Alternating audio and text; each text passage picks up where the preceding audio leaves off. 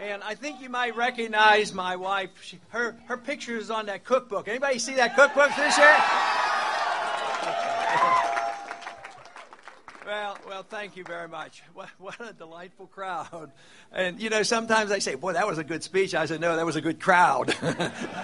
That makes all the difference in the world. We talk about, and AJ mentioned, one of 3 tickets out, which is obviously true, and one of 2 that can actually run a national campaign and raise the money. But there's nobody else that have people like you working hard and enthusiastic and believe in something.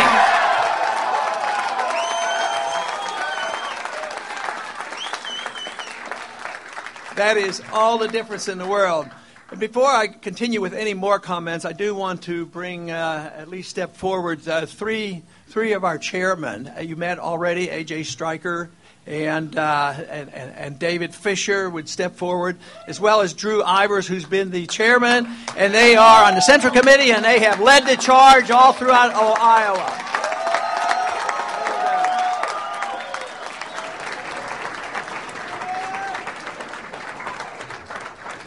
But all I can think about in tough campaigns and all the hard work is the work you people do. It is unbelievable, the energy you have and the effort that you have made.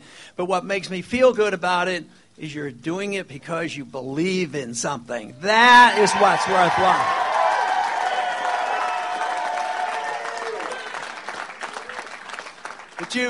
But you also know that there's 2 good things. Some people say, well, you guys just do that because you believe in something and promote a cause. Certainly, but how's the best way to promote a cause? That is, win elections. That's the way you promote it. Now, the enthusiasm has been unbelievable. It's fantastic. It's national. Thousands of people now have been involved, not only in Iowa, but around the country, and they're ready and raring to go. But we have to look at the wonderful changes that have occurred in our country in a positive way. The country has suffered a lot in a negative way. The economy's in trouble. Our civil liberties are being trashed. Our foreign policy has been a mess and drains us both economically and our military forces. But at the same time, people are coming together, and we had the task, where we are very successful, is reintroducing some ideas the Republicans needed for a long time, and that is the conviction that freedom is popular.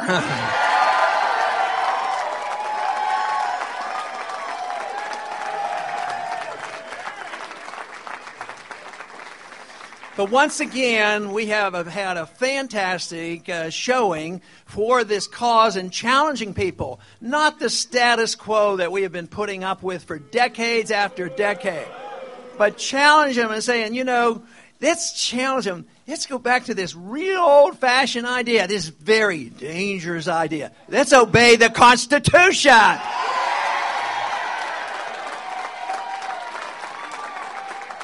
And too often, those who preach limited government and small government, they forget that invasion of your privacy is big government, and we have to emphasize protecting your personal rights and your economic rights are what the government's supposed to do. They're not supposed to run our lives or spend our money.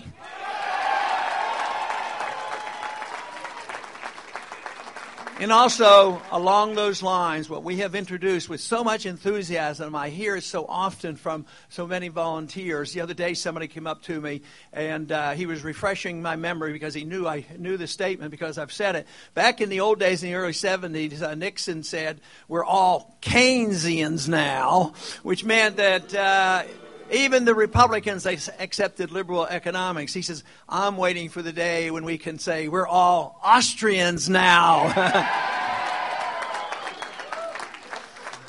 But the biggest change, I think, in intellectual and political changes that we have brought about is the emphasis on a very important matter, making sure we get to the bottom of the ultimate bailouters, and that is our Federal Reserve System. We need reforms there, and we need a new monetary system, but obey the Constitution.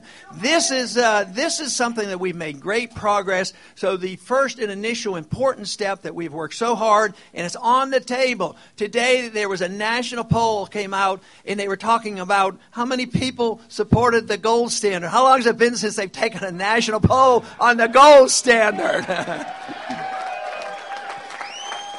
And guess what? The majority of the American people believe we should have a gold standard, not a paper standard.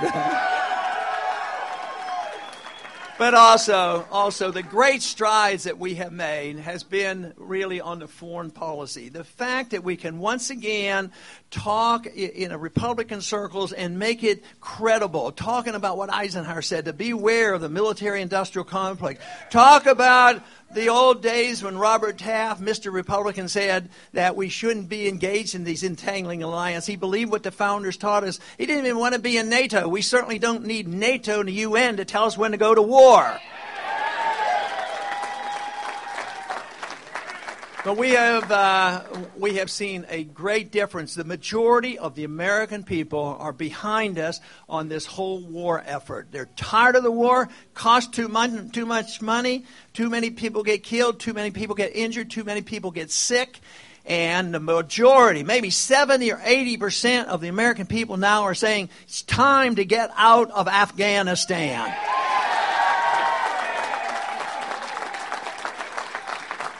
So those are the issues. Those are the issues that we have brought front and center. They're out there. They're not going to go away. And we have tremendous opportunity to continue this momentum. It won't be long that there's going to be an election up in New Hampshire.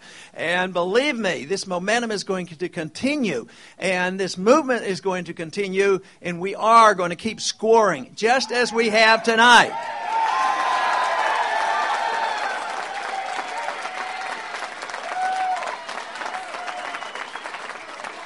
So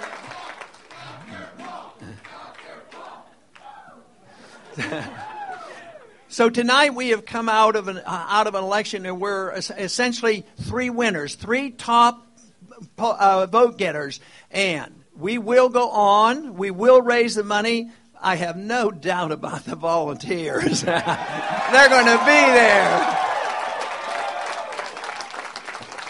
A lot of you have said, and you thank me and you compliment me and thank me for helping you along. But let me tell you, you helped me along. You helped my family along. All our work, our supporters, because without your enthusiasm, we can't do it. And this is where I feel most obligated. You know, we want to do the job, present the case, and if anything isn't perfect, I worry not about myself. I worry about you and making sure that you're satisfied.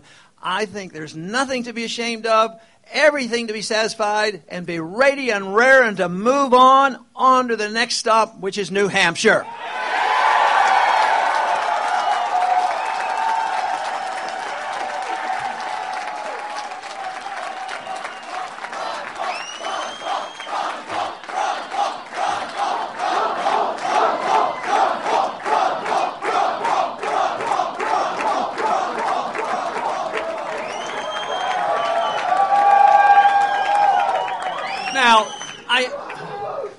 I have another speaker, a special guest tonight. He's been with us this evening. Matter of fact, he's been with us in our campaign for quite a few years. And you may have met him because he's been around here this evening. But I'd like him to come out and say a few words. He's been serving in the military for 10 years, and he's been overseas a lot. A lot of it was in Iraq and Afghanistan. And he was on TV tonight, and he didn't quite get to finish his statement. So I've asked him if he would come out and make his comments about why he supports our foreign policy, why he is fighting for the Constitution, and what he thinks we should do. But I would like to invite out now Jesse Thorson to come out and say a few words to you. Thank you.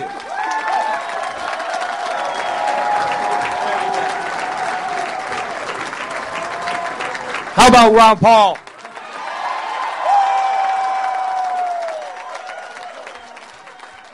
If there's any man out there that's had a vision for this country, it is definitely him. His foreign policy is by far, hands down, better than any candidates out there, and I'm sure you all know that. We don't need to be picking fights overseas, and I think everybody else knows that too. I'm flabbergasted right now. This is an incredible moment for me. I can't believe it. It's like meeting a rock star. But you know what? We're going to go to New Hampshire. We're all going to get involved. We're going to keep getting online. We're going to keep talking to people. And we are going to make sure this man is the next president of the United States.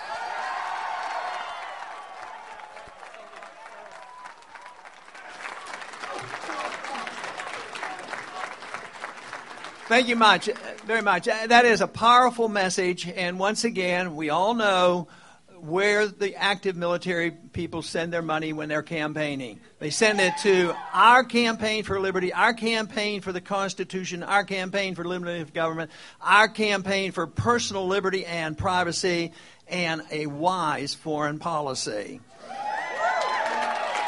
The most important thing we have to remember is we want to have influence in the world. That's very important. We want to be active in the world. We want to talk to people and work to people, trade with people, and be friends with people. But what we need to realize is our ways. You know, there's people who say that we are an exceptional nation, and we certainly are and have been, but we're slipping. But this idea that our exceptionalism out of desperation say that we are so exceptional, what we must do is prove it to the world. We have to send our troops around the world and force it down their throats. If they don't do it, we'll, invade them and occupy them and force election on them. I'll tell you the best way to spread our message, and that is do our job at home. Preserve our liberties at home. Provide the free market. Have a sound currency. Balance the budget. Set an example and get the rest of the world to emulate us. That is the road to peace and prosperity. Thank you very much. Thank you.